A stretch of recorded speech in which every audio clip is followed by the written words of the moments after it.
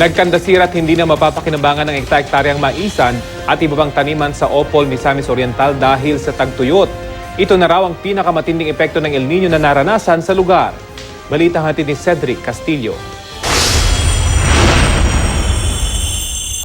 Kung pwede lang daw ipandilig ang tubig alat, solve na ang problema sa uhaw na pananim na mais sa Opol, Misamis Oriental. Si Gina, nagbaka sakali pang magtanim noong nakaraang Disyembre. Dapat ngayon is, kuan na siya, o lampas tao na.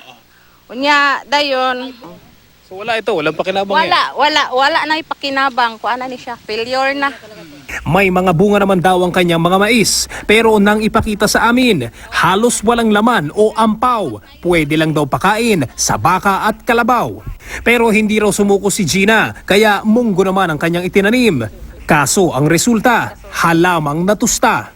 Nangabatay sa init. Kung walay inin niyo sa 3 hectares, mo halin ka anaw 72,000. So 72,000 dapat. Dapat sa 3 hectares. Ngayon, 3,500 ra. Kaya problema niya ngayon, kulang ang pambayad sa mga inutang niya. Ayon sa Municipal Agriculture Office, mahigit 100 hektarya ng maisan sa buong Opol ang hindi ngayon mapakinabangan. Wala na talagang magagamit pa.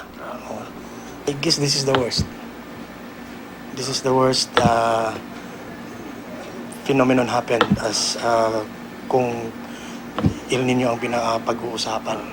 Hopefully we're hoping na ma-declare as state of calamity. Sa lalawigan ng Misamis Oriental, 20 bayan na mais ang pangunahing pananim ang apektado ng matinding El Nino. Mahigit 6,000 hektarya ito ng maisan sa lupang tuyo. Maging ang ibang pananim, hindi rin nakaligtas. Ang 40 hektaryang palayan na sinasaka ng grupo ni Mang Loloy, nakatiwangwang. Wala na, nagkabiyak-biyak na. Ano po ang pinagkakakitahan? Diskarte na lang. Trabaho ng construction, o kahit anong diskarte, basta mabuhay lang. Isa ang Misamis Oriental sa mga pinakasapul ng epekto ng El Nino ayon sa Pag-asa. Wala pang rekomendasyon na isailalim sa state of calamity ang buong lalawigan. Ang advice namin dito is huwag munang magtanim ng mais at saka huwag munang magtanim yung sa rice. Hanggang Mayo o Hunyo na lamang inaasahang magtatagal ang El Nino phenomenon at ayon sa mga eksperto, nag-peak na raw ito at hindi na inaasahang lalong lalakas pa. Pero ang pinangangambahang lalo pang titindi ay ang pinsala at ang bakas na iiwanan nito.